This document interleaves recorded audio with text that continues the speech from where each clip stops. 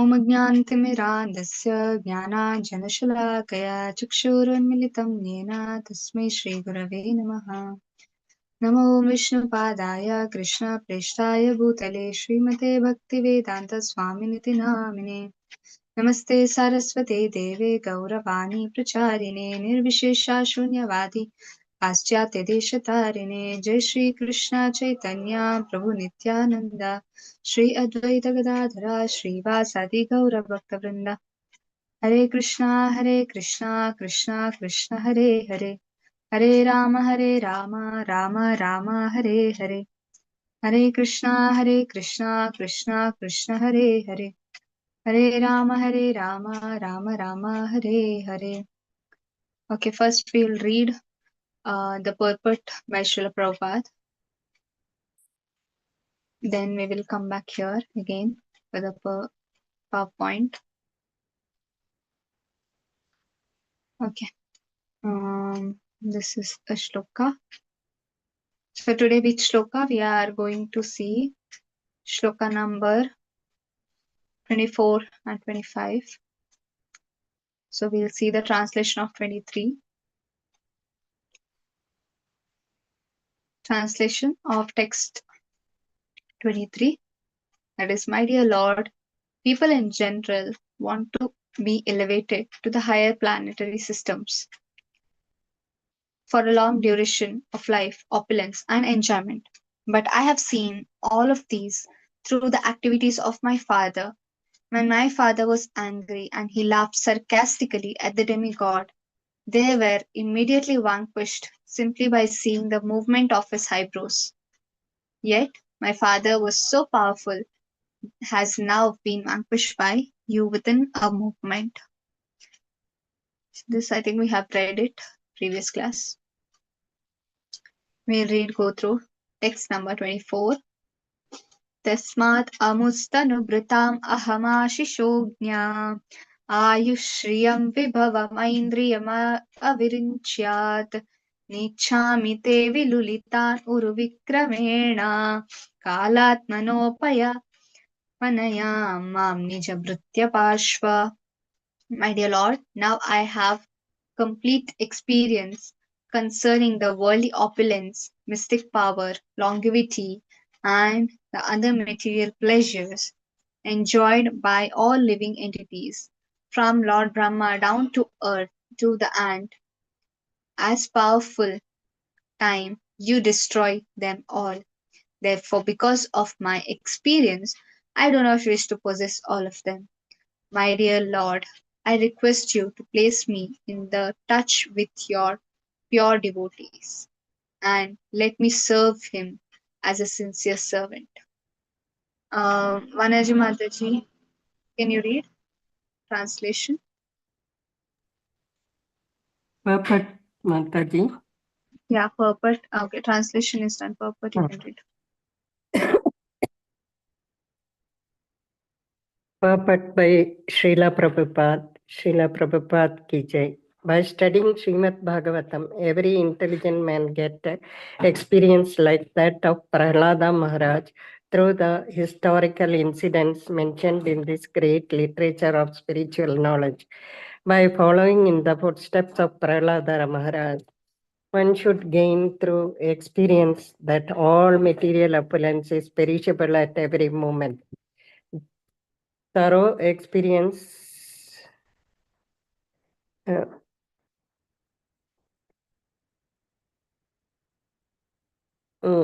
by following the footsteps of Prahalad Maharaj, one should gain thorough experience that all material opulence is perishable at every moment. Even this body, for which we try to acquire so many sensual pleasures, may perish at any time. The soul, however, is eternal. Na hanyate hanyamani sharire.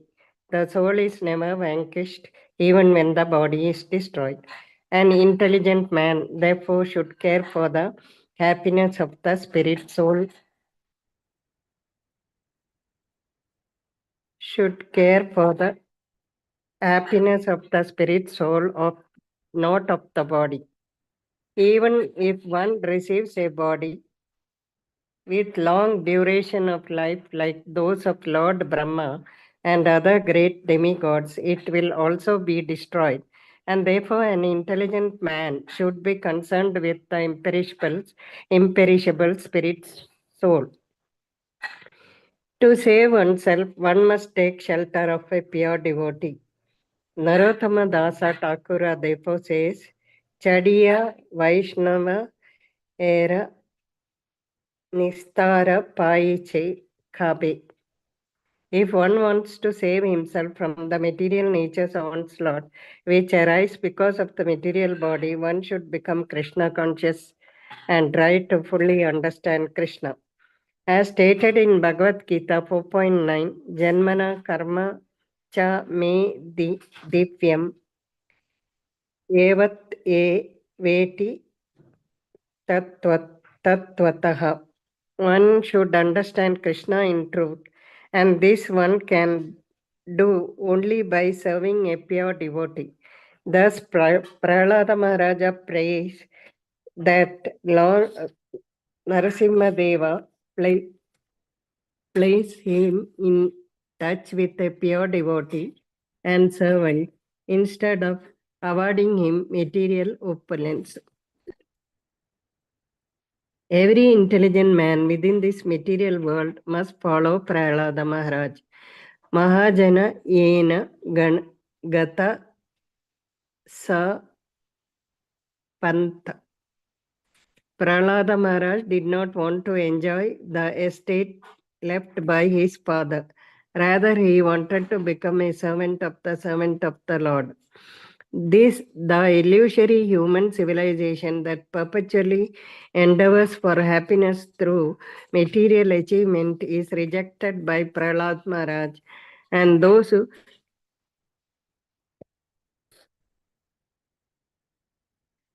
who strictly follow in his footsteps. There are different types of material opulence known technically as Bhakti, Mukti, Siddhi.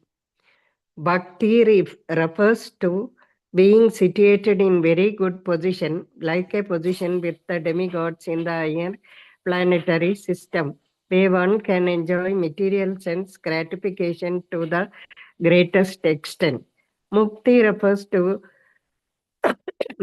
being disgusted with material advancement and thus desiring to become one with the Supreme. Siddhi refers to executing a severe type of meditation like that of the yogis to attain 8 kinds of perfection, anima, lagima, mahima, etc. All those who desire some material advancement through bhakti, mukti, siddhi are punishable in due course of time and they return to material activities. Prahalada Maharaja rejected them all. He simply wanted to engage as an apprentice under the guidance of a pure devotee. Hare Krishna Mataji. Thank you, Mataji. Thank you so much, Mataji. Hare Krishna. I'll read the 25th shloka now.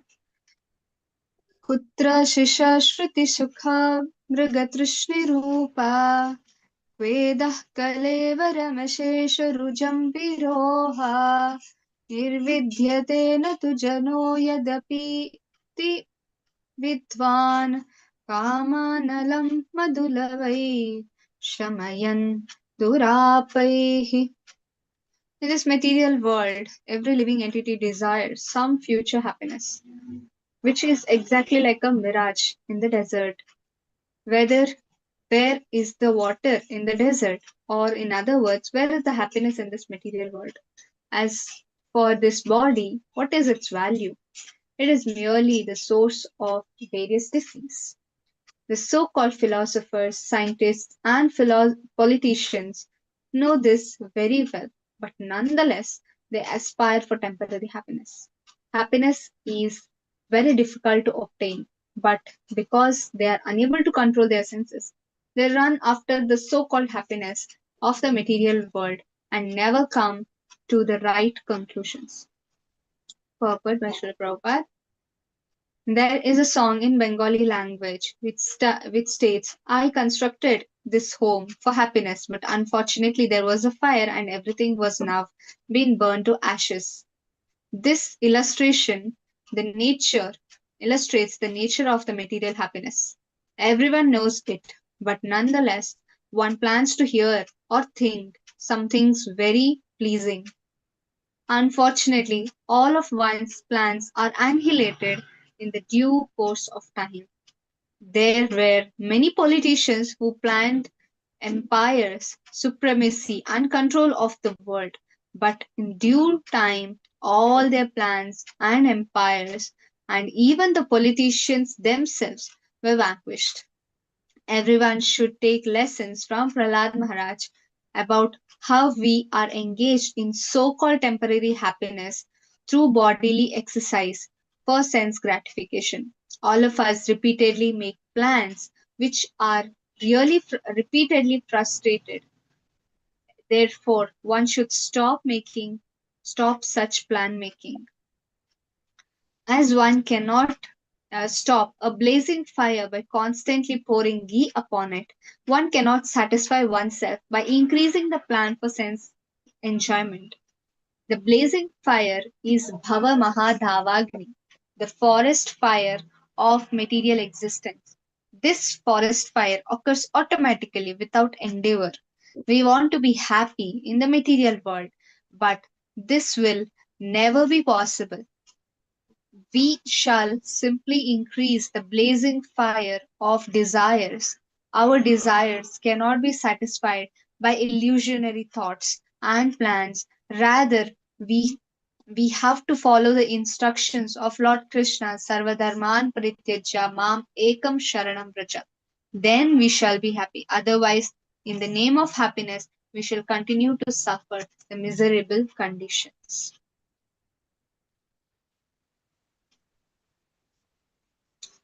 Translation of 26th Shloka.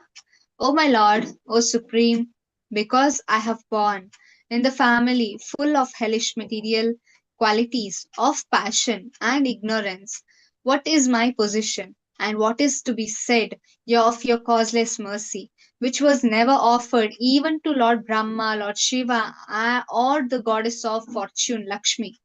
You never put your lotus hand upon their head, but you have put it upon mine. Prahlad Maharaj was surprised at the causeless mercy of the Supreme Lord, the Supreme Personality of Godhead. For all the Prahlad was born in a demoniac family, and all the Lord had never been before placed his lotus hand even on the head of Brahma, Shiva, or goddess of fortune, his constant companion, Lord Nrsimhadev kindly placed his hand on the head of Prahlad. This is the meaning of causeless mercy. The causeless mercy of the Supreme Personality of Godhead may be bestowed upon anyone regardless of his position in the material world. Everyone is eligible to worship the Supreme Personality of Godhead irrespective of his material position. That is confirmed in Bhagavad Gita 14.26. Mamcha yo vyabhicharena bhakti yogena sevate sagunan samatite tan brahma bhuyaya kalpate. One who engages in full devotional service, who does not fall down in any circumstances, at once transcends the modes of material nature and thus comes to the level of Brahman. Anyone who engages in the continuous devotional service to the Lord is situated in the spiritual world and nothing to do with the material qualities, sattva guna, rajoguna, and tamoguna. Because Prahlad Maharaj was situated on the spiritual platform, he had nothing to do with his body, which had been born from the mode of passion and ignorance. The symptoms of passion and ignorance are described in Srimad Bhagavatam as lust and hankering. Tada rajastamo bhava kamalobhadayaschaye. Prahlad Maharaj, being a great devotee, though the body born of his father to be born of passion and ignorance, but because Prahlad Maharaj was fully engaged in the service of the Lord, his body did not belong to the material world.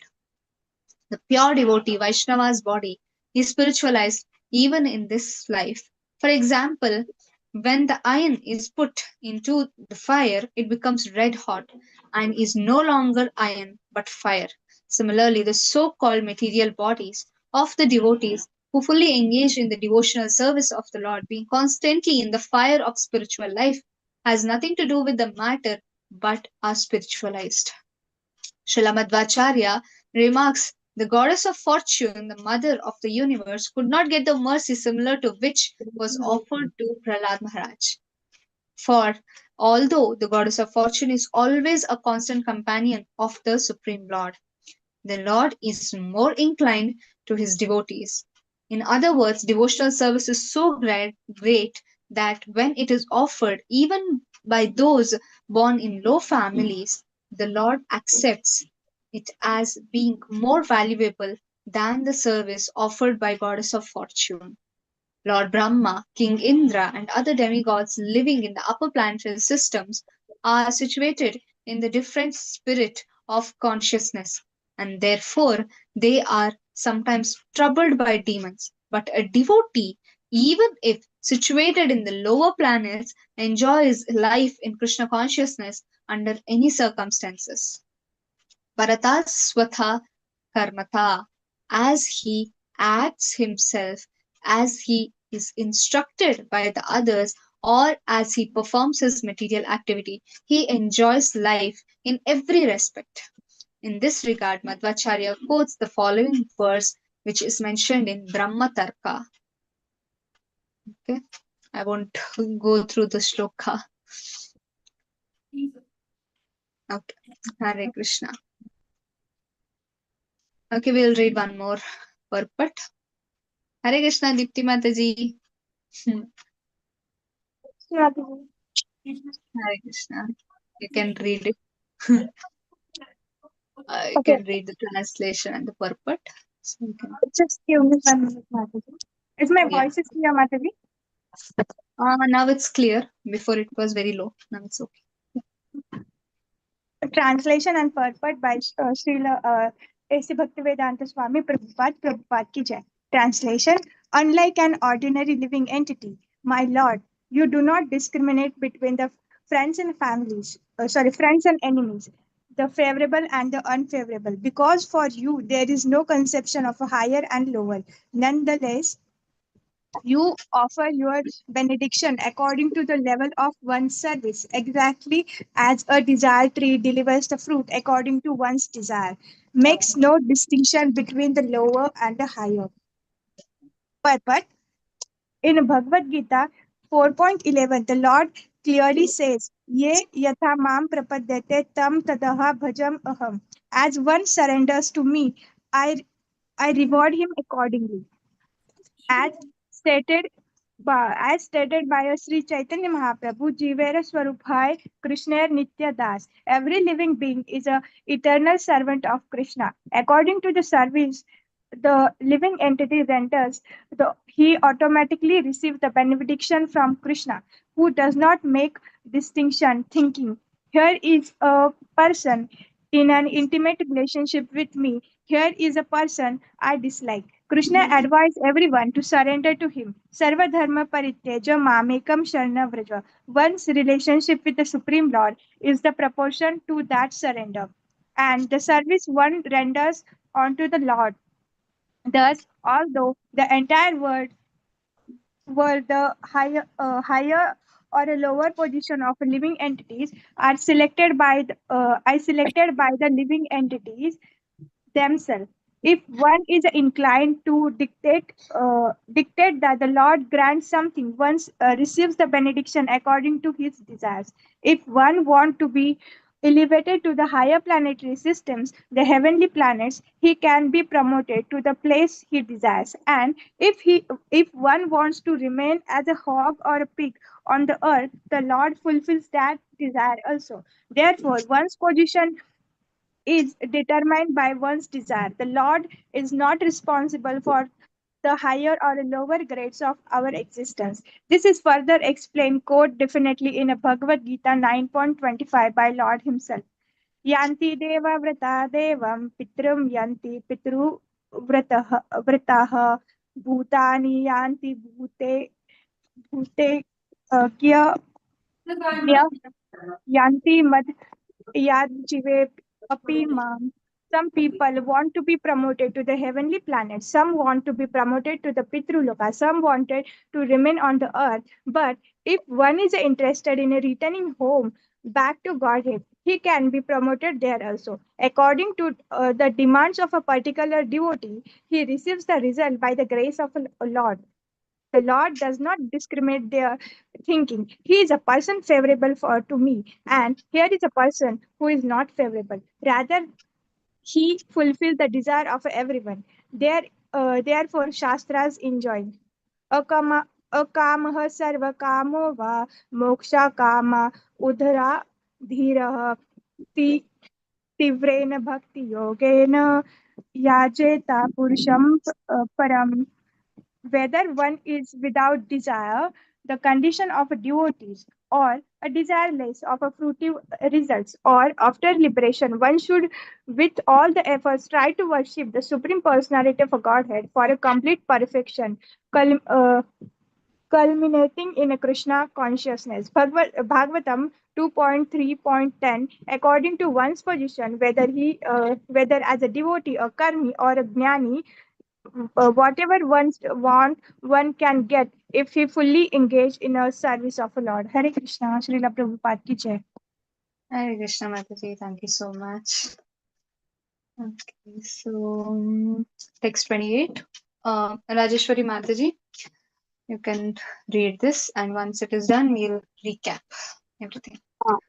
Okay, Hare Krishna, Dandar Pranam Mataji. All glories to Srila Prabhupada ki jai. Translation. My dear Lord, O Supreme Personality of Godhead, because of my association with material desire, one after another, I was gradually falling into a blind well full of snakes, following the general populations. But your servant Narada Muni kindly accepted me as his discipline and instructed me how to achieve this transcendental position. Therefore, my first duty is to serve him. How could I leave this service? Puppet has well as will be seen in the later verse, even though Prahalada Maharaja was directly offered all direction he might have desired, he refused to accept such offerings from the Supreme Personality of Godhead. On the contrary, he asked the Lord to engage him in the service of his servant Narada Muni. This is the symptom of the pure devotee. One should serve the spiritual master first. It is not that one should bypass the spiritual master and desire to serve the Supreme Lord. This is not the principle of Vaishnava. Narottama Das Thakur says, Dandrena Charana Siva Bhakte Sena Vase Janmena Janme He A Abhilashe. One should not be anxious to offer direct service to the Lord. Sri Chaitanya Mahaprabhu advised that one become a servant of the Lord. Gopi Bhattu Bade Kamalayuru Dasa Dastra to dasa. This is the process for approaching the Supreme Lord. The first service should be rendered to the spiritual master so that by his mercy one can approach the Supreme Personality of Godhead to render service. While teaching Rupa Goswami, Sri Chaitanya Mahaprabhu said, Guru Krishna Prasade Para Paya Bhakti Lata Bija. One can achieve the seed of a devotional service by the mercy of the Guru, the spiritual master, and then by the mercy of Krishna. This is the secret of success. First one should try to please the spiritual master, and then one should attempt to please the Supreme Personality of Godhead.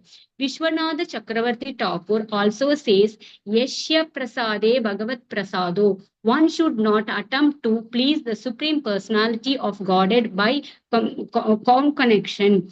One must first be prepared to serve the spiritual master, and when one is qualified, he is automatically offered the platform of direct service to the Lord. Therefore, Prahalad Maharaj proposed that he engage in the service of Narada Muni. He never proposed that he engage directly in the service of the Lord. This is the right conclusion. Therefore, he said, so aham katam nu vishjay tata prataye sevam. How can I give up the service of my spiritual master who has favored me in such a way that I am now able to see you face to face. Prahlad Maharaj prayers to the Lord, and he might continue to engage in the service of his spiritual master Narada Muni. Hare Krishna. Thank you, Mataji. Hare Krishna, Hare Krishna. Thank you. Okay, we will recap now what we have read till 29. 28, 29. If possible, we'll read it today, or else we'll go into the next class. Hare Krishna, Krishna Krishna, Hare Hare, Hare Ram, Ram Hare Hare. So we were here in the previous class. So I think in the previous class I was not there. So you all were discussing. Anybody can tell what were you all discussing? Like, what was the topic? Rajeshwari Mataji, Vanaja Mataji.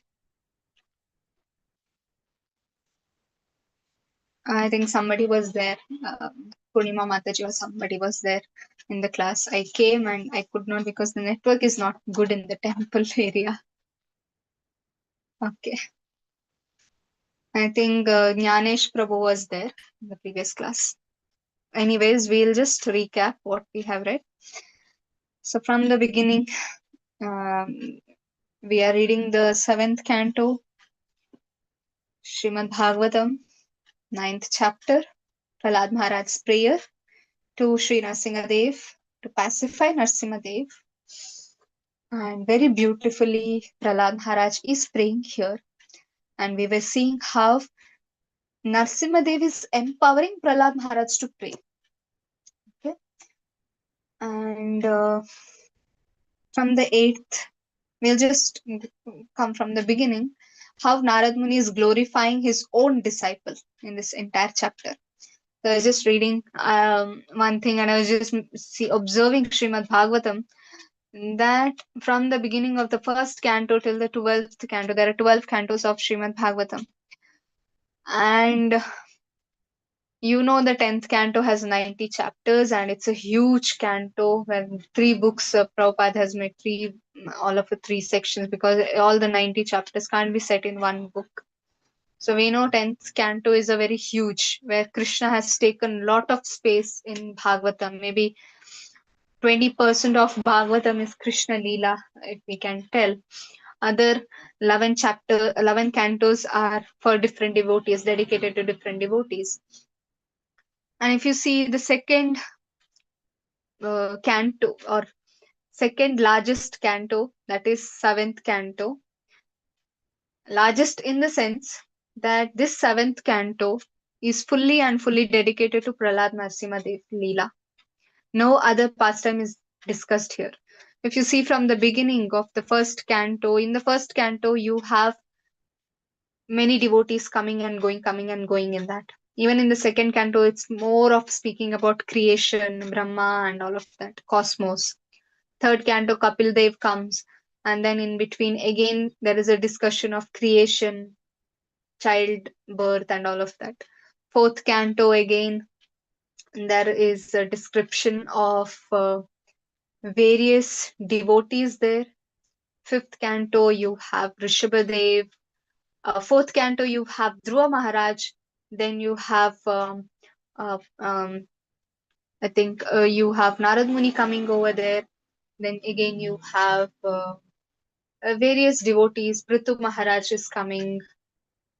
They have dedicated few chapters for each devotees. Fifth canto, Rishabhadev has taken some chapters. Then you have in the 6th canto, there is Ajamila who has taken few chapters. Then comes Vrittasur has taken few chapters. All these in cuts and bits, many of the pastimes are there, where Shukadeva Goswami, he's going on speaking, Parikshit Maharaj is speaking of various devotees. But when it comes to 7th canto, from the beginning till the end of the canto, it's only and only glorifying one devotee. That's Prahalad Maharaj. That's Prahalad Maharaj. No other devotee comes and goes. Entire canto is dedicated to him. Again, 8th canto, there is its and bits of different devotees. But 7th canto is something really, really special. And therefore, when Chaitanya Mahaprabhu was sitting with Gadadhar Pandit and they were discussing Srimad Bhagavatam, they used to and again go to the 7th canto. And Chaitanya Mahaprabhu sitting with Gadadhar Pandit, they were discussing the 7th canto and they were weeping and crying in separation from the Lord. And who are these? These are Radharani and Krishna. Gadadhar Pandit is Radharani and Krishna is Chaitanya Mahaprabhu. Both are glorifying his own devotees, their own devotee, Prahalad. And who is speaking here about Prahalad Maharaj? Who is narrating this entire 7th canto? It's Narad Muni. And who's Narad Muni to Prahalad Maharaj? It's his guru. And where is this canto discussed? It's in the Rajasuya Yagna of Yudhishthir Maharaj. And who is chief in that Rajasuya Yagna? Krishna himself. So in front of Krishna, a guru is glorifying his disciple. Have you ever seen in the history where any guru goes in front of the deity and starts glorifying his devotee, his disciple? Nowhere in the history. But in special Rajasuya Yagna of Yudhishthir Maharaj, where our Krishna is sitting on as the chief guest and Narad Muni is glorifying Prahalad Maharaj in many chapters, and Krishna is relishing that glorification of Prahalad Maharaj. And not just that, here you can see that Narad Muni is glorifying his devotee, and in the prayer, Prahalad is glorifying his Narad Muni. This is the sweet connection between Vaishnava, sweet connection between the devotee, the guru, and the disciple. Nowhere in the history. See, Narad Muni has so many disciples, isn't it? From the beginning of the 1st canto till the 12th canto, Narad Muni enters into each cantos of Srimad Bhagavatam. He has Dhruva Maharaj, he has Chitraketu Maharaj as his disciple, he has Vyasdev. In the beginning itself, Narad Muni comes as the guru of Vyasdev, but nowhere he glorified Vyasdev, rather he chastised some places. Or you can see Narad Muni coming in the 10th canto again and again. Narad Muni coming in the 11th canto, 12th canto. But nowhere Narad Muni is glorifying Dhruva Maharaj or Narad Muni is glorifying Vyasdev or anywhere. But you can see Narad Muni giving the entire 7th canto as glorification of Prahalad Maharaj. And that too, you can see that you see the chapters in the 7th canto. You see the chapters in the 7th canto. Everywhere it's either description of Hiranyakashipu, and in that chapters also Prahalad is glorified. And other chapters are glorifying directly Prahalad Maharaj, and 1 or 2 chapter where Narsimha Devi is appearing. I was hearing this from a devotee. I said that devotee to read, and he was reading, and he told, I'm so surprised that Bhagavatam is about Krishna, and in 7th canto, Krishna as Narsimha Dev is dedicated only 2 chapters. All other chapters are dedicated to Prahalad Maharaj.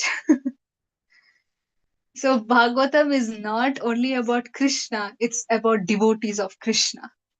So first we should know that Bhagavatam is not just a storybook or Purana. Purana means old stories or old history. It's not just about that. It's glorification of the devotee of the Lord. This is Srimad Bhagavatam. So we should enter to this mood. When I am reading Srimad Bhagavatam, I am glorifying the devotee. And Bhagavatam itself is in the mood of serving his devotee. Bhagavatam is Krishna. Krishna in the Granth avatar. And what is he doing? Being in that Granth avatar, he is glorifying the devotees. So this is what the glorification of Prahalad is. And if you see the prayers, we'll discuss now from the 8th to 28th shloka, and how Prahalad Maharaj in the flow is going through a very ecstatic prayer. He's sometimes he's telling I'm most fallen, then he's saying no, I'm not so fallen that I can see Prahalad, I can see Narsimha Dev in front of me, so I can glorify him. He has come just for me. He's telling even that. Then he's telling, no, no, I'm so fallen. So Prahalad Maharaj in ecstasy. And in the beginning, Prabhupada gives a wonderful summary. Prabhupada is so compassionate. He's like, some devotees, they don't have patience to read my purport. No problem. They'll read at least my summaries. So see how Prabhupada has done his books. If you see any books of any other acharyas, they have given you the meaning. Even Madhvacharya's books, if you read, he has given the meaning of the words. Any acharyas, even Goswami Granthas, you see, they have given the meaning of the verse. Okay, this is the verse, and they have explained each word. But only Srila Prabhupada's books, there's application. When you are doing Bhakti Shastri or Bhakti Vaibhav, there are questions, set of questions or model questions where they said this is preaching application question, this is practical application question, this is mood and mission of Prabhupada. Even in question, I because I have done Bhakti Shastri, I was reading the model questions, and there is one question, and in the bracket they have given mood and mission of Srila Prabhupada. Kindly explain the mood and mission while writing this purport. What was the mood of Prabhupada? Next question. How can you apply in the preaching? How can you apply in your life? Which course gives this? Which acharya has given this? That you can apply Srimad Bhagavatam in your life. Prabhupada has done. Prabhupada has done that. He has told Sarvadharman Parityajya. If any other acharyas, they'll tell Sarvadharman ka matlab ye hai, Parityajya, this is the meaning. But Srila Prabhupada said, oh, Sarvadharman Parityajya, you can chant Hare Krishna Maha Mantra 16 rounds in a day and dedicate your life and service to Krishna, and that is Sarvadharman Parityajya. Prabhupada has given us practical examples. Practical examples. In Chaitanya Charitamrita, if you read the purpose of Srila Prabhupada, he's telling, oh, in America, my disciples have done this. My disciples in South Africa have done this. Prabhupada is writing in the purport. When is he writing this? When he maybe 60, 70 years or 90 years back, when he's writing Srimad Bhagavatam in Radha Damodar temple, he's writing first canto and second canto. So ecstatically he's writing, and he's giving this Krishna conscious movement will spread. He's writing. Who gives this? Who gives this? And we have no taste in reading those books. Unfortunately, we have no taste in reading those books. We are so busy in our life that we have no time for Krishna. We don't have time to Prabhupada. It's an unfortunate situation. That's why we are disturbed. Prabhupada tells this. You are disturbed because you don't read my books. Today you are in America, tomorrow you will go to Japan thinking that America is a disturbing country, I'll go to Japan. And tomorrow you are in Japan, you'll think Japan is a disturbing country, I'll go to some other country. Disturbing is not the country or situation or the people around. Disturb is in our mind. And to clear that mind, we should associate with pure devotees. And Prabhupada is always there in his books, always there in his purport. Just now we read purports. So many points. Just one line is enough to change our life. Prabhupada is writing this planning. Prabhupada is writing in the, I think in the one purport, just when we read 27th or 26th purport, he's speaking about how people are making plans in this material world, and how this won't stop.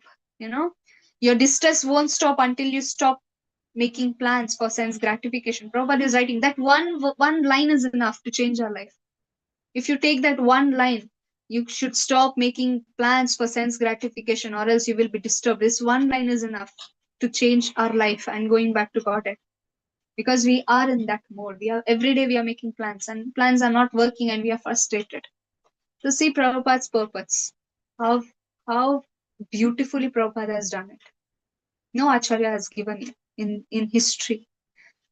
So we should stick to Prabhupada's purport. Everything is there in Prabhupada's purport. No need to jump here and there like monkeys. Oh, this is good, that is good, that shloka is good, this shloka is good. Oh, that Acharya has told something more. No need. Prabhupada has given according to our brain. What can go inside our brain, Prabhupada has given according to it. So we'll start with what Prahlad Maharaj will brush through it. The Prahlad Maharaj initially says that I am Ugrajate, I am coming from a demoniac family. How can I pray you? Then Prahlad thinks, no. Even if I am in Ugrajate, I am born in a demoniac family, but Krishna doesn't see external. And who is the example? Gajayutapaya. Gajendra himself was an example. So Krishna doesn't see external qualifications, no material qualification. Therefore, he doesn't see whether I am born in a demoniac family or I am the son of a demigod. He doesn't see whether I am an animal or a human. Krishna takes everybody equal. Why? He says, Bhaktya tutosha Bhagavan. You see only bhakti. You see only bhakta. You see only devotion. And what is the analogy I can give? Then Prahlad Maharaj says in the 10th shloka, Viprad Vishat. There are 12 qualification Brahmana. There are there in this world. But if they are not, attached to your lotus feet, my Lord, they can't even purify themselves. What to speak about purifying others? But on the opposite side, if there is a devotee coming from a Swapacha family, that is dog eaters family, my dear Lord, he can deliver not just himself, he can deliver the entire family. And remember, Narasimhadev remembers this shloka, 10th shloka, and therefore he tells, Prahlad, not just you, your entire family will get liberated, because he remembers this shloka. He tells, oh, Prahlad, you told this 10th shloka. In 10th shloka, you told this, that not just you, but the devotee can purify entire whole family. I will prove that by doing this. And so Prahlad, he proved immediately. Narasimhadev sanctioned, he just sanctioned. Oh, you, not just you, entire family, entire generation, I'll liberate. So till that legacy is going on, whoever is a pure devotee, the entire generation gets, not in the sense, not just linear, in the sense, not just vertical 21 generation, even horizontal, in the sense, your grandfather is now passed away, but then he has entered to some other womb now.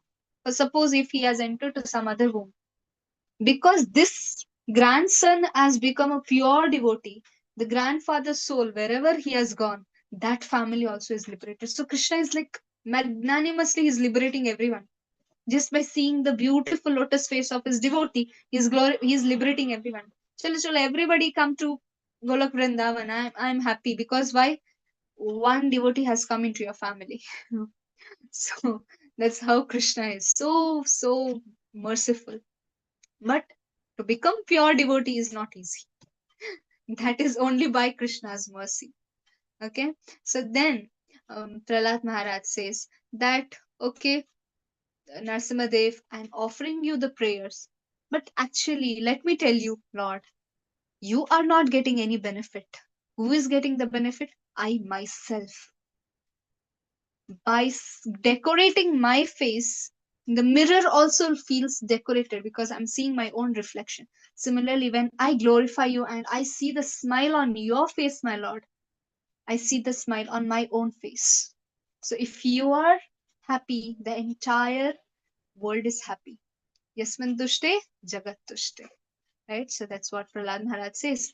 Then he says, by glorifying you, I get purified. And my Lord, I am just a small child. What I know. So whatever capacity you have given me, I will use it in glorifying you. And then Prahlad Maharaj, in ecstasy, he tells, my dear Lord, your pastime of Narsimhadev is to give fearlessness. But what is this? Seeing you demigods are hiding behind the pillar. What you're doing? Huh? You come to, Mrityor Mrityum Namamyaham. Even Mrityu runs away from you, my Lord. And now demigods are running from you. What are you doing? They're acting like demons and standing behind the pillars. in the sense that Prahlad is telling, even demigods, they are not pure. They didn't call you. Why? Why they are scared?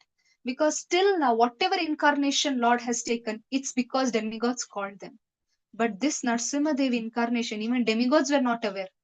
Because they didn't call. Who called? Prahlad called. Even Prahlad didn't call. For that, suppose Prahlad didn't call. Prahlad just remembered the Lord. And Lord, out of affection, he wanted to protect the Prahlad. Prahlad didn't call. Hmm? Prahlad never complained about his situation. Prahlad never said, "Oh Lord, where are you? Why only me?" We always tell, no? One small something happens in our life, we'll tell, "Krishna, why me? Huh? My all friends have gone there. My all family members, my all relatives are like that. Why only me?" We tell like that. Prahlad never told, "Oh, why Krishna? Why you have put me as the son of this demon? No, why my father always attacks on me?" Never. Even in the prayer, never ever he criticized his father. Never Prahlad Maharaj criticized his father. He never called. So therefore demigods were shocked. Who is this creature who has come? Even we didn't call. Even Varahadev, Brahma was meditating and from the nose he came, and that's for Brahma thought, oh, this must be the Lord. But here Brahma also didn't meditate. They were all fearful. They were hiding from Hiranyakashipu. They were acting like a human being. If Hiranyakashipu comes to know this is a demigod, he'll catch. So therefore they were acting like a human beings. And they were in middle of human being, they were standing. They were so scared. They were so scared that they forgot the Lord. That was the situation of demigods. That's the situation of demigods. They were so scared that they forgot to call the Lord. Or else, if so many incarnation demigods have called and Lord has appeared, wouldn't he have appeared when demigods would have prayed? They forgot to pray the Lord only. Seeing Hiranyakashipu so traumatizing, they forgot. But see the son of Hiranyakashipu, who was again and again was getting pinched or getting harmed by these people. He was not getting harmed although, but they were trying to harm. He was nevertheless fearless and remembering the Lord. And therefore, Narsimha Dev is called fearless form. And Prahlad is telling in the 13th shloka, he tells, "My Lord, you are for that fearlessness. But see the demigods, they are fearful of you. Why, oh Lord, why this anger? Stop this nonsense anger." He's telling, why nonsense anger? Because it has anger makes sense when there is something very serious. Now everything seriousness has gone because you have killed Hiranyakashipu. He tells the sages, this demigods, they get happiness when snakes and scorpions are killed. Now why? Because snake and scorpion is that kind of a body. The soul enters in the body of a snake or scorpion because he has done lot of sinful acts and lot of enviousness towards others. And such a soul enters into snake's or scorpion body, and the sadhu is ready to even kill that snake just to deliver that soul from that body. So this is a nonsense in the sense it's not a scolding or anything to Narasimhadev. It's he's telling that this does not make sense. Your anger does not make a sense for me, my lord, because even sadhus get happy when demons are killed. Why are you not happy? You should be very happy because you killed. Why are you angry still?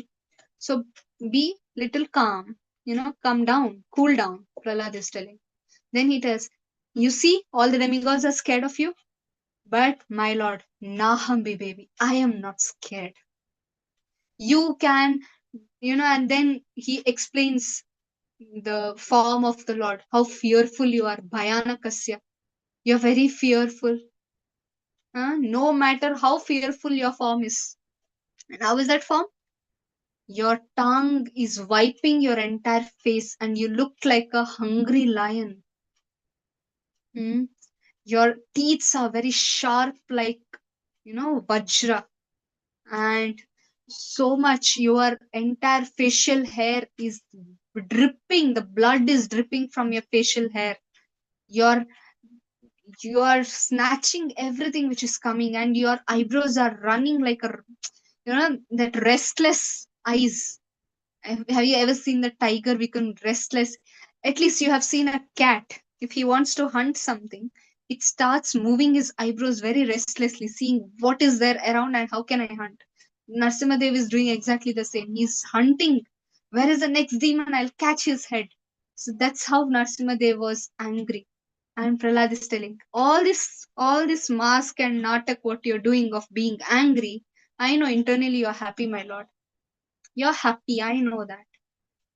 A son can identify his father even though the father is in the stage as a drama artist. The son can identify. Sitting on the audience, the son will tell, oh, that character, that is my father. Nobody else can identify, but the son will identify because he knows his father. Similarly, Prahlad is telling, you may be acting like a hungry, ferocious lion, my lord, but I know why you came. You came to protect me. You came to protect me, and who will protect? The one who loves me. So you love me, and that's why you came to protect me. So you cannot harm us. I know that. Like a cat, you know, a cat sometimes catches its kitten, hmm? But the kitten is never with the same jaws. But the cat also catches the rat, with the same jaws and same this thing. But kitten is never afraid of the mother cat because it knows, oh, mother cat is coming to save me. But the rat is very fearful. So lion and lion cub, you may be scared of the lion, but lion cub is never scared of the lion. So similarly, this is what it's told here. And then further, he tells Kripana Vatsala, I'm only scared of one thing, my lord, that you might forget me. Now, how can Narsimhadev forget Prahlad? But still, Prahlad Maharaj is telling, my lord, I think you will forget me. I'm only scared of that. Hmm? Like a small child, he's telling, you should not forget me, my lord. Hmm? Please don't forget me.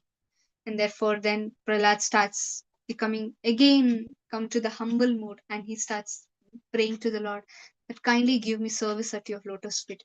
Because in this material world where everything is disastrous, my Lord, only your lotus feet is the only shelter. So kindly give me.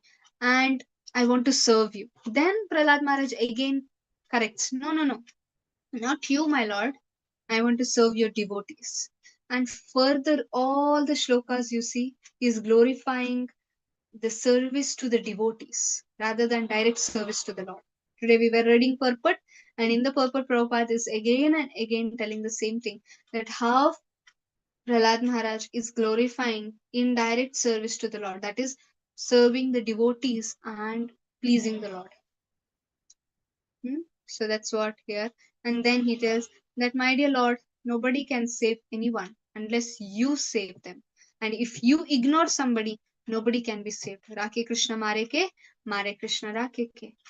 Right? And then further, Prahlad Maharaj in today's purport, we saw that how Prahlad Maharaj is praying to the Lord that please give me the shelter of your pure devotees. Why?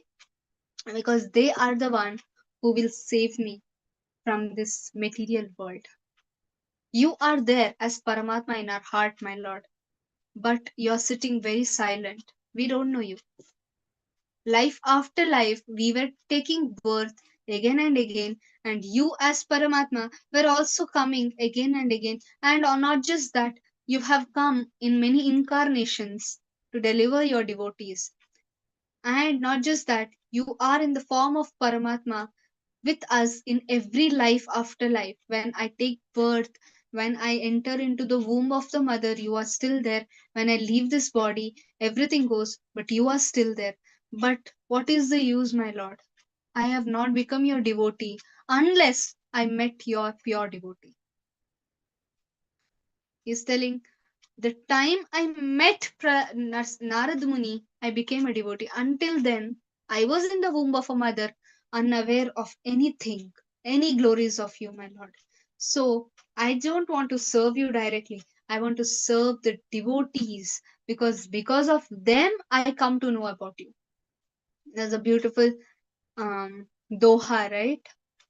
Guru Govind do kade kake lagu paye, Balihari Guru aapne Govind diyo bataye. Guru and Govinda both are standing in front of me. Kake lagu paye, whose lotus feet should I bow down first? Balihari Guru aapne Govind diyo bataye. Oh Guru, I bow down to you first because you gave the darshan of Govind. Today I am able to see Govind. Today I am able to see Krishna because my Guru gave that access to me. Unless that Guru gives me the access, how could I ever meet Krishna? So this is the same mood Prahalad Maharaj is in here. That, oh Narsimadev, I am seeing you. You are loving me. You are licking my face. You are embracing me. You are keeping the lotus palm on my head. But how was it all possible? It was all possible because of your pure devotee Narad Muni. He came into my life when I was in the womb. I never saw him or he never saw me. We were both, there was a wall called womb in front of us. We never saw each other, but only through Shravanam, only through hearing, I could understand you and could have so much faith in you, my Lord, that please now let me serve your devotee. It's like Prahlad Maharaj is telling here that, my dear Lord, you are the fruit on the top of the tree, and Narad Muni is that ladder through which I went to that much, that root. And once I get the root, once I get the fruit, how can I keep this ladder? So Prahlad Maharaj is telling in this mood that only by serving your devotees, my Lord, I can get you. And then further Prahlad Maharaj is telling happiness is like a mirage in this material world, in the desert. It's like a Mriga Trishti Rupa. The word Mriga Trishti Rupa means mirage. You have, I don't know whether if you have gone to the hottest area in the, many places in India when you travel for a long distance in the afternoon times, even in the road also, sometimes you feel like there is water, but as you go closer, there is no water. It's like Mriga Trishni Rupa, that is mirage. So in this material world, happiness is like that mirage. You feel, oh, there is happiness. Like in the far desert, a thirsty man, he sees, oh, there is mirage. Oh, there is water, or there is water. And he walks all the way and then he finds it's just a mirage. So similarly, from childhood, from youth, we are all hankering behind happiness. And as we grow closer, it's all gone. Like we all plan, oh, now I study hard and I get a degree, and then I'll go to abroad, and there I'll study in a university, then I'll get a job, then I'll earn in dollars, then I'll settle in that country, and then I'll get married, I'll have children, I'll have a good job, and I'll have a good family and house. It's good to hear. It's good to hear. But when the reality comes, you're not even able to complete your studies with full concentration. We are thinking, oh, I'll settle, I'll do that, I'll do this. Or in our case, oh, I'll complete Srimad Bhagavatam reading within 1 month, 1 chapter a month or 2 chapter a month. I'll finish it off. I will read this much. Today evening I'll come and I'll read this much. I'll do that. But when you sit to read, all the yawning, sleepy, Nidra Devi comes and sits on her eyes as if we have given her a nice couch or a bed on the lid of her eyes, and she comes and sleeps. She comes and sits. She'll tell Tatastu, sleep now. Why are you reading Prabhupada's book? Sleep now. Right? We are so only to hear. That's where tapasya comes. We have to austerity, we have to do. But for what? For material things, people are so busy in doing austerity. You tell them you have to study so much and so much, you will get a nice job. People study day and night. They get rank. Just for what? Just for some money. Just for some money. And with that money, what they do? They do sense gratification. Morning till evening, they'll earn. And not just that, they'll earn part-time job also. They'll go in the night also. Overnight job also they'll do. They earn so much. And when so much earning, you see today people, they are in 30s or 35s, they are bald. No hair. Because so much, anything more than what is required, you go crazy. Your body goes crazy. Your body can't tolerate. You know, they start looking very old. 35-year-old men, they look very old, like 45, 50 years old. Why? Because so much pressure, so much pressure you have given to this body. Day and night you're working. And then when you actually reach 50, you already have lost so much of your energy. Now, all the money which you have earned is now going to the doctor because kidney stone has come, heart problems have come, cholesterol problem have come, back problem, disc problem, all this problem, you know, all this problem have come. Why? Because you are earning so much. This is work-life balance in our modern life. Today, this is work-life balance. You earn so much, then you spend also so much on that. And at last, work-life balance. So this is mirage. This is happiness in mirage. That does not mean you should not work or you should not have income or you should not earn. No, that's not the meaning. The meaning is you should know where to stop. The problem is people know how to start, but they don't know where to stop. They start doing sense gratification. They enjoy, but they don't know how to stop. They plan. Oh, I will go to the party. I will drink today. I will smoke today, but they don't know what is the limit. Why to smoke? Why to drink? They don't know. People don't know. They just start. Go with the flow, they'll tell. जो होगा देखा जाएगा, अब करो जो करना है. Enjoy now. जिंदगी ना आएगी दोबारा. They don't know to stop. The problem is that a human, Prabhupada tells, you prove yourself to be a human being by controlling your senses. Today, there is no control in the senses, and therefore, even education has become a competition, competitive exams. No education. No education. Before they were telling education is there, knowledge is not there. Now I can tell there is no knowledge also, there is no education also. Everything is a competition. You remember and you put it on the paper. When you go for real life challenges, you fail.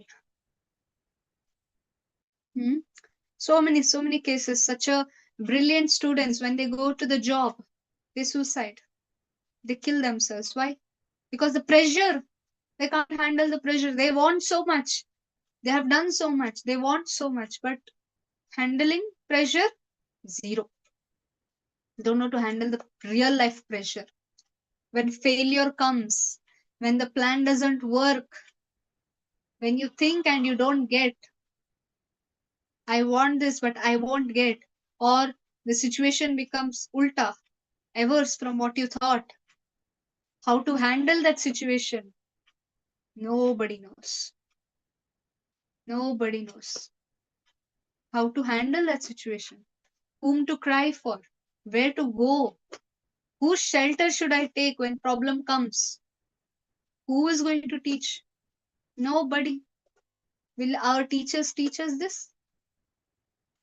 If somebody a devotee and has become a teacher and also wants to teach in the college and school, they are stopped. अरे ये सब क्यों पढ़ा रहे हो? Only teach them science, maths, social science, history. Only teach that. Why you want to teach life lessons? They stop. This is how value education is. I will tell honestly, in the entire school life, the most neglected subject is value education. Isn't it so? Most neglected. Side marks. वो तो side का subject है. And therefore there is no value after education. That is Mrigatishni Rupa. So this is what Prahalad Maharaj is telling. Therefore, even when he went to Shanda Amarka school, when he was sent, when he came back, he said, even Shukracharya tried to teach him. And what were they teaching, you think? They were teaching the same what we are taught now. लोहे को कैसे bend करना है? How to cut the body into pieces. See, now little more, it's like very, what to tell, modernizing language. MBBS, doctor, engineer, chartered accountant, very nice, polished words. But what are they doing inside that? Same thing what Shanda Amarka said to Prahalad. You have to earn more, you have to do that, you have to do this. That's what they're doing. Prahalad was not affected by that because of his Guru, the faith in the Guru. You think Prahalad Maharaj, 5-year boy, has experienced these things? What is he telling in the shloka? Has he experienced? No. But he heard from his Guru. So, one more lesson is experience is not everything. We think experience will make us understand. No. A drunkard might have experience. See, a drunkard might have listened. He has seen, or a smoker, he has read that this can cause cancer. He has read. But still, can he stop smoking? No. A chain smoker cannot stop smoking. Okay, then somebody said, he heard from somewhere that, smoking can cause cancer. And not just that, your friend who was smoking with you is now hospitalized. Now, will he stop smoking? No, he won't. Why? He is addicted now. A drunkard, he is addicted to drinking. Then he has gone through the pain now. Now, slowly, lungs, chest starts paining. His life is getting destroyed. He can see he's not able to concentrate on his job. He's not able to work like before. He's not associating or mingling with the family. He's not happy in the life after doing all this work. He's experiencing the pain, grief, mental trauma, physical trauma, everything he's experienced. Still, can he stop smoking? No. So if you tell experience will teach me, drunkard also has the experience of pain. Does it teach him anything? Don't drink, don't smoke, don't eat tobacco. Will this experience tell him? Tomorrow, if you keep a bottle of liquor, again he'll run and go and open it and drink. So experience is not everything. Therefore, hearing the vibration of pure devotee is very important. Very important. And that's what, even if you sometimes they tell Prabhupada, language we can't understand, no problem. Hear from it and associate with like-minded pure devotees, and always beg to the pure devotees that kindly bless me for what? For what blessings? To read? Reading is however you have to do it. Chant? You have to chant. Even the blessings or not blessing, you have to chant. Bless me so that I can associate the devotees like you. I can get some tinge of love, what you have for Krishna, and let me also get.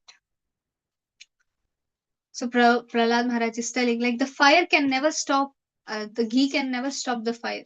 Can it? If there is a fire and you put 2-3 spoons ghee and think, oh, now the fire will stop. Will it stop? Rather, it will increase. So similarly, you think, oh, if I experience, there are two paths in devotional, not devotional, in spiritual life. I won't tell devotional because devotion is something great. In spiritual, normal religion, spiritual thing, there are two paths. One is nivritti, one is pravritti. One is rejection, one is acceptance. That is, you start accepting everything. It's like pravritti mark is something which is like you start enjoying and get fed up of enjoyment and then take to bhakti. That is one path. Then there is another path which tells stop the enjoyment and take up bhakti. Which is better? The rejection path, nivritti. Why? In pravritti, this world, Prabhupada tells, this world is the mother of enjoyment. Krishna has created Maya, so and the Maya has so much sense gratification, so much gifts of sense gratification she can give. If you keep enjoying, many of them they think, oh, today one day I will eat this.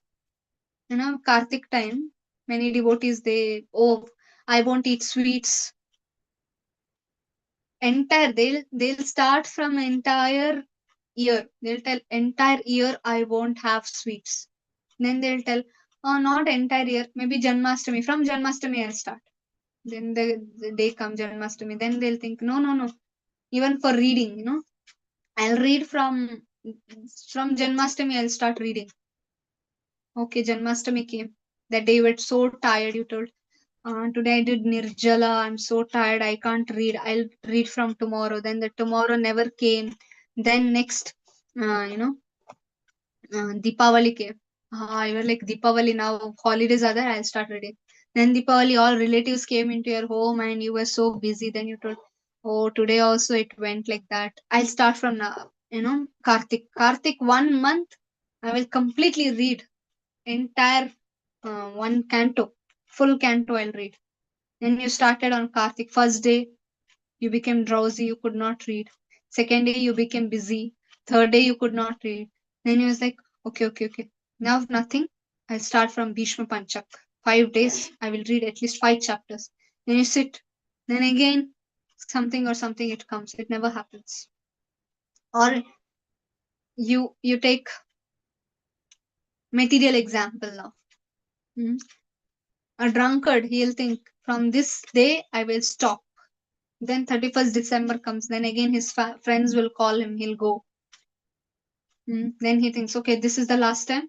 Next, I will not go with them. I will not drink. Then again some other situation comes. He'll drink. And then he tells, okay, now enough is enough. How much I will drink? How much I will do these things? I will stop. Then advertisement comes. New brand of liquor has opened in your city. Oh, new brand, huh? Once I'll taste, then I won't go. This is Pravritti Marga. You think ever it is going to end? Never. Ever will the time come when you sit peacefully and read? Never. In the midst of chaos, you have to open Prabhupada's book and read. That's austerity. You want a beachside view on the balcony, you will sit and open Prabhupada's book in a very stylish way and you will read. It will never going to happen. Or you will sit in a peaceful room and you will read one page after another page. That will never happen. It might happen by Krishna's mercy, seeing your effort after going through so much trouble. He might give you that facility of reading like that. But initially, everybody has to go through struggle.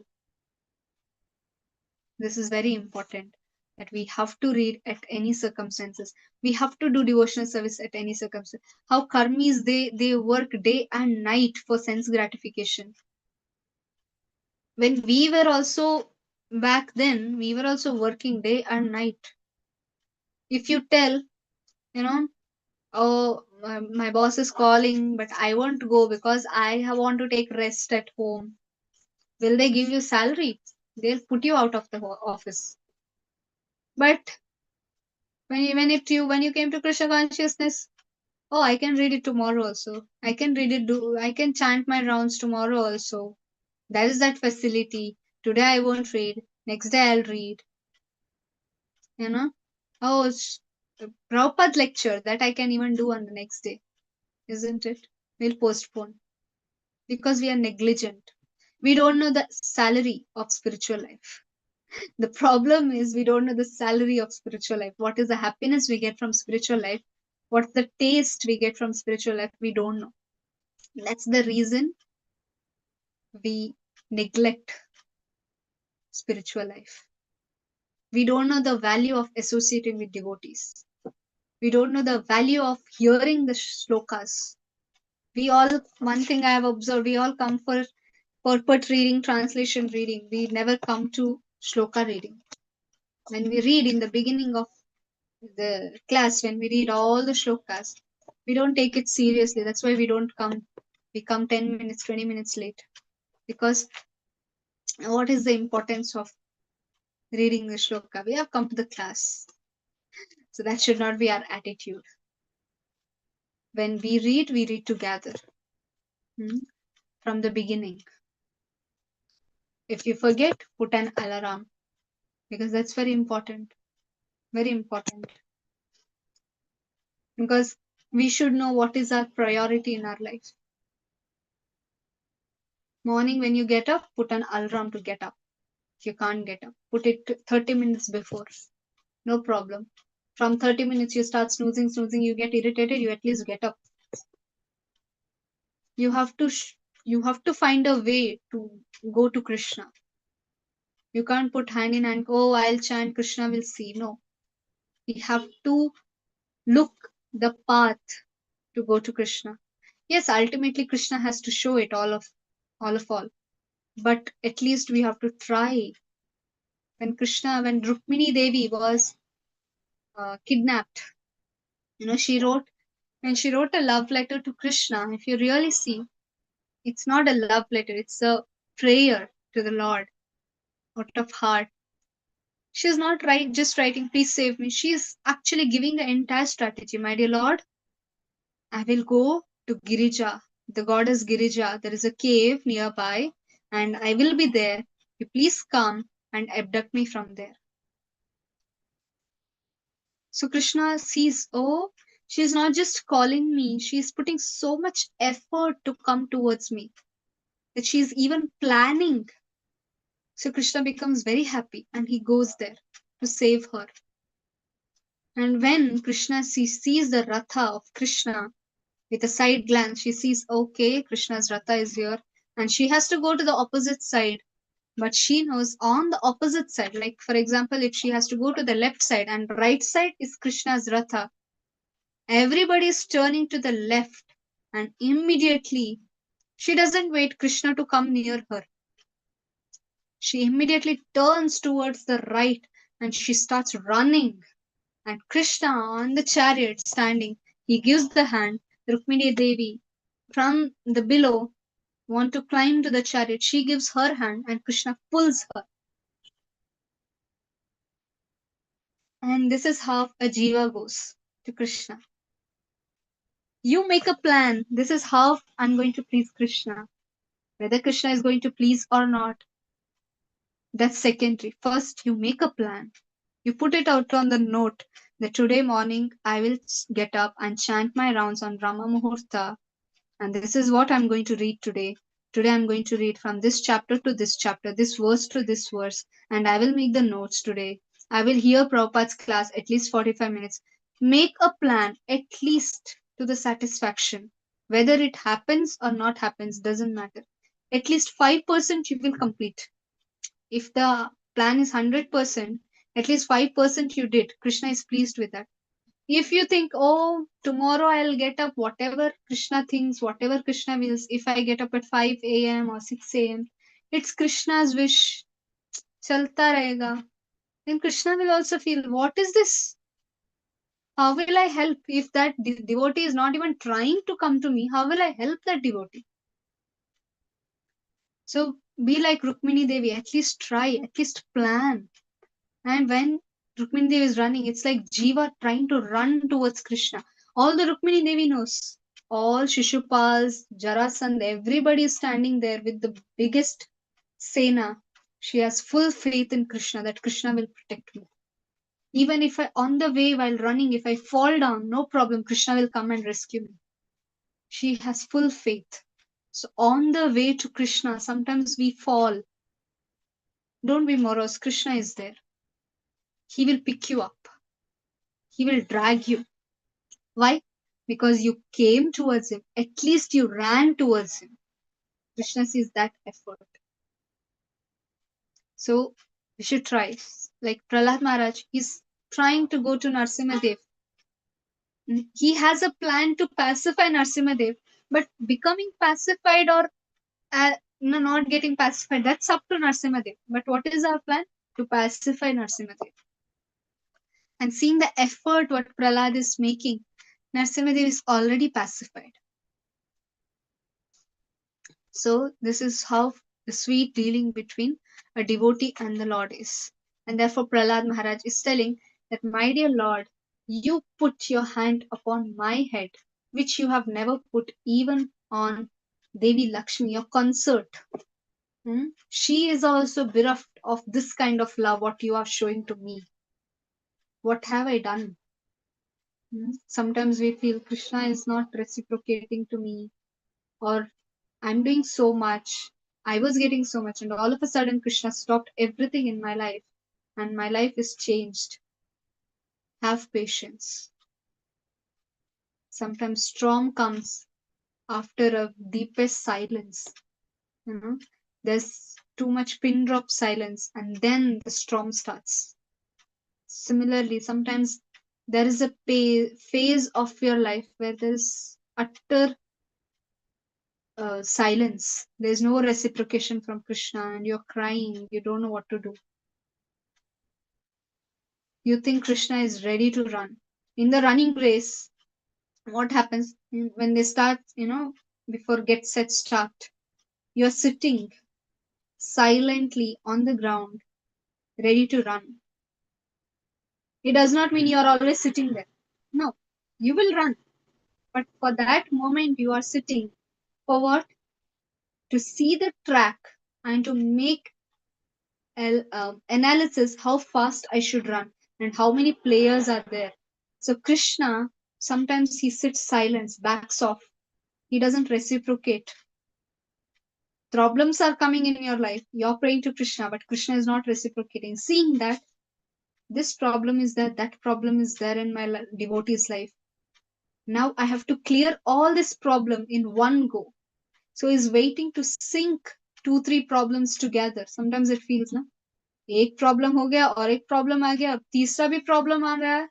I don't know what to do. Krishna is also not helping me. What is this? Krishna is just waiting to align things. He's analyzing.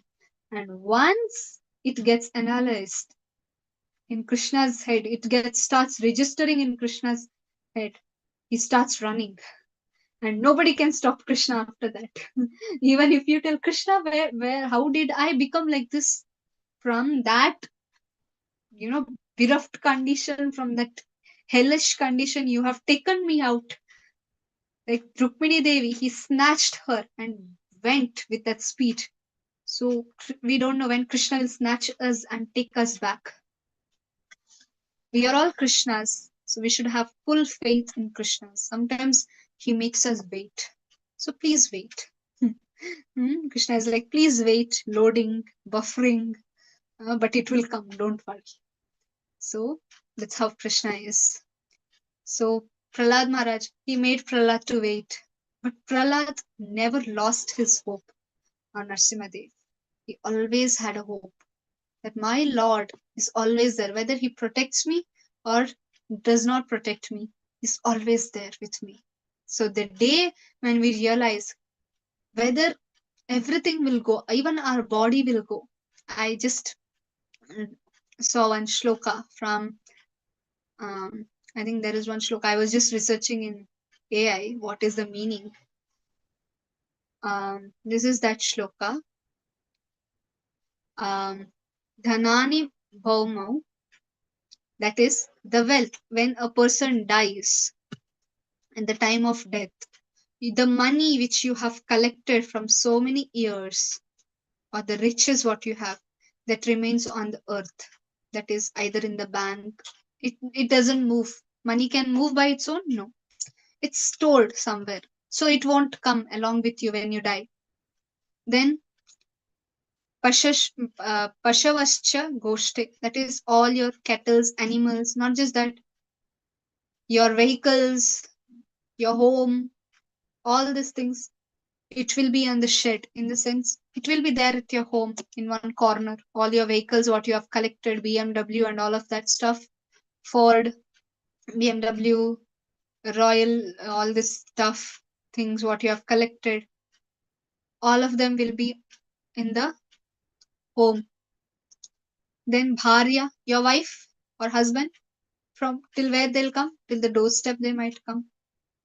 The wife will come till the doorstep. When the body is taken, the wife is not supposed to come to the crematorium. She'll come till the doorstep. She'll cry.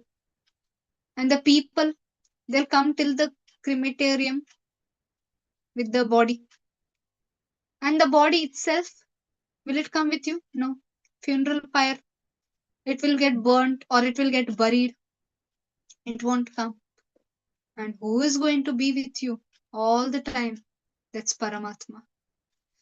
During the death time, if you observe, we put tulsi and the water, Ganga Jal, in the mouth of the body.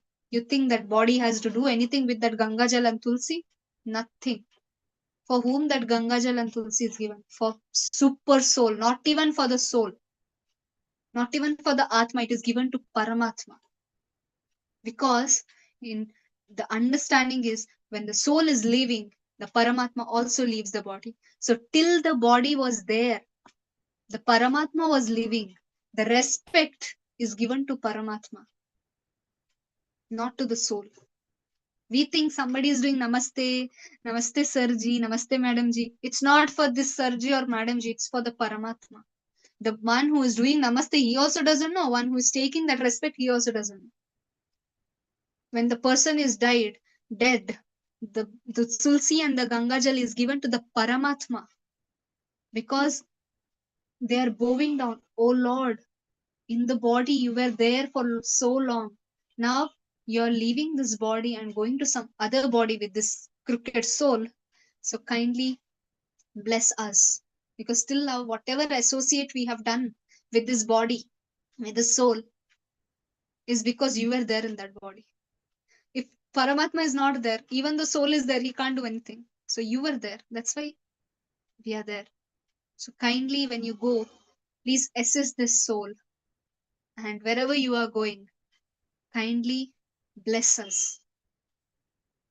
So this is the meaning of Anteshti Kriya and all. People don't know at all what are they doing. So who is going to come? Even body doesn't be. Sometimes when the body is taken to the crematorium in the fire, they put the ghee and all. And they tell if the body has some white cloth and all, shirt, they tell to remove the shirt.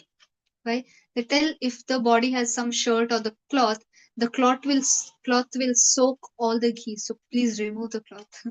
So whatever branded cloth or anything what we have worn so long, it also won't come with us.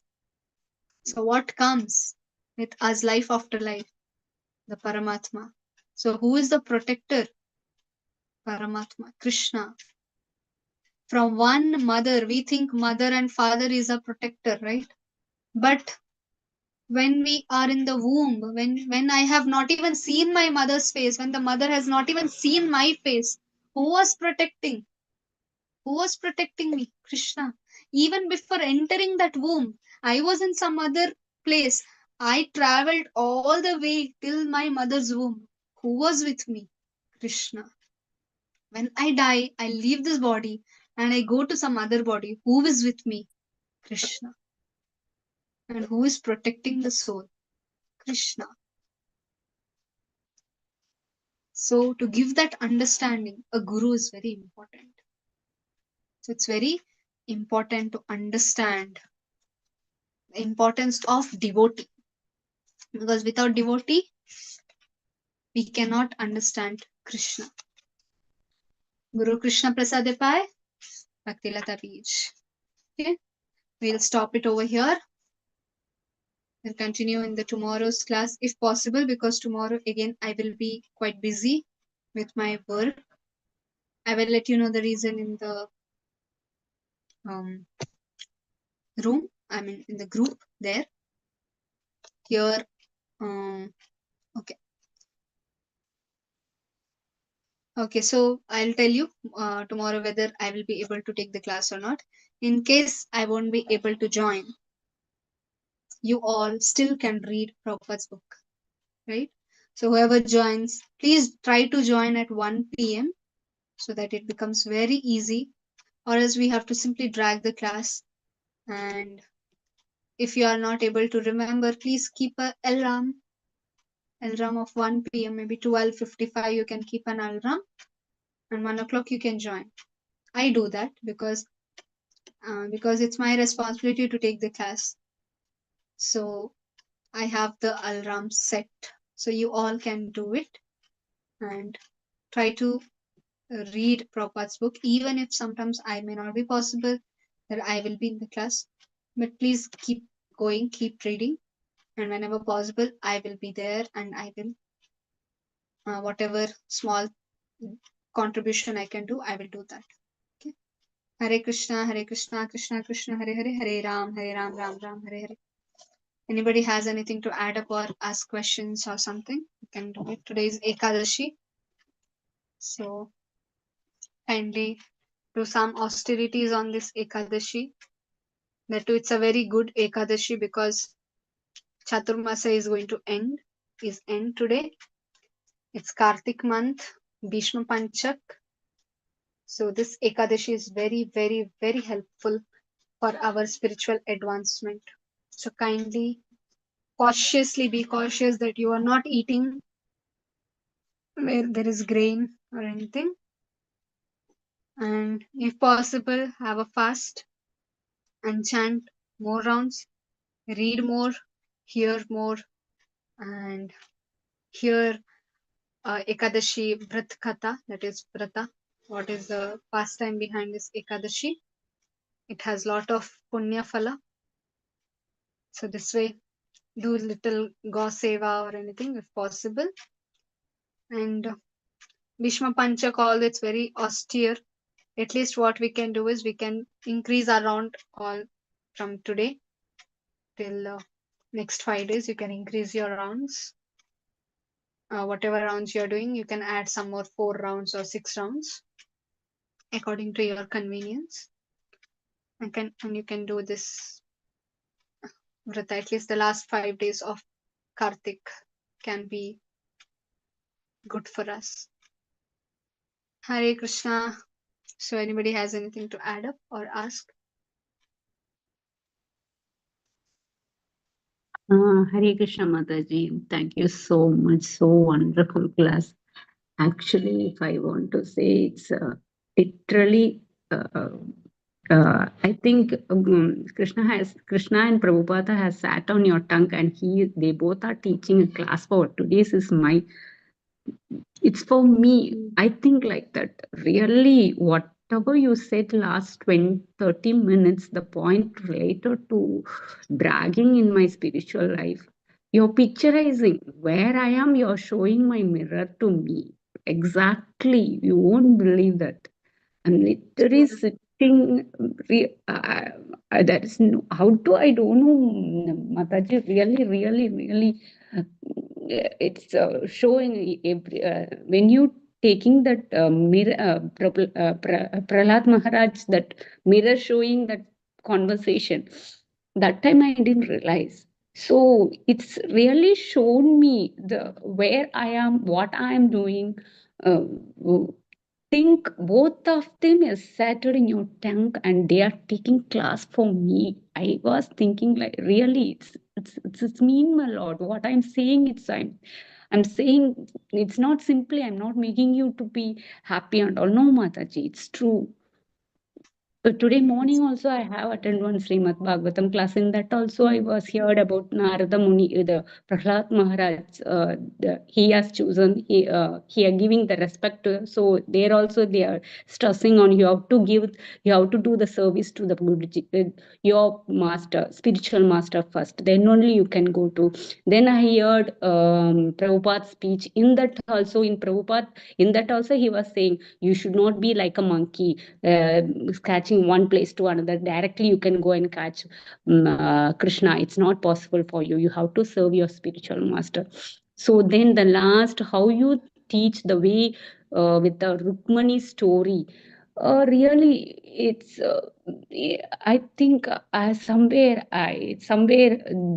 I'm realizing what I am. It's you made me. They both are made you through you. They both are made me to realize where I am.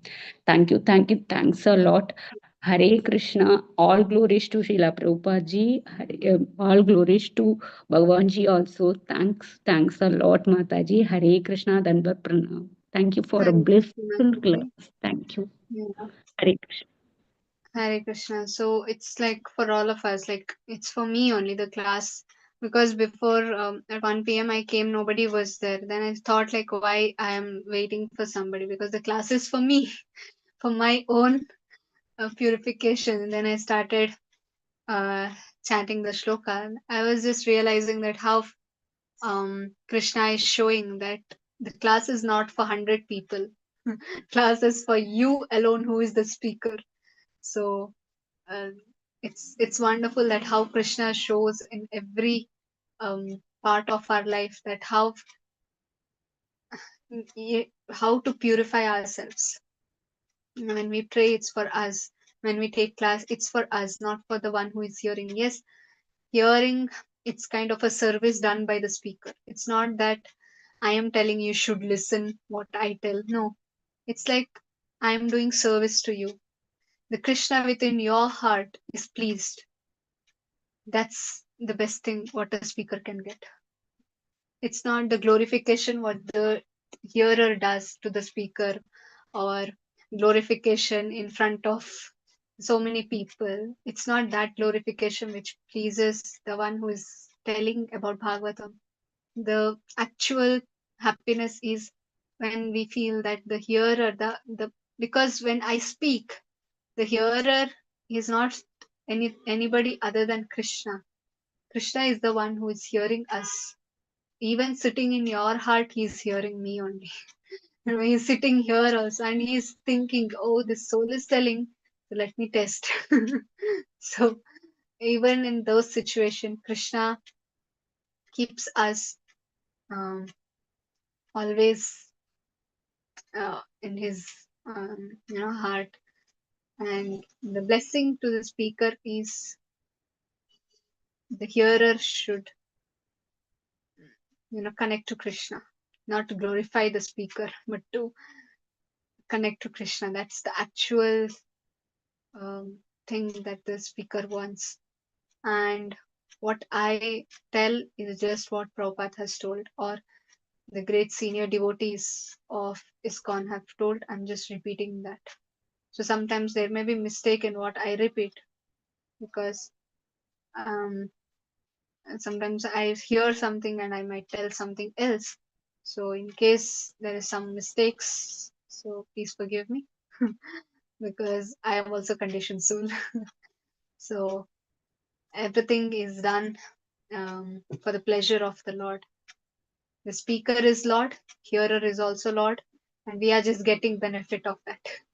We are just standing in the line that it's like when the king is happy, he removes the chain and gives to the servant. So servant is just he like if there is a message.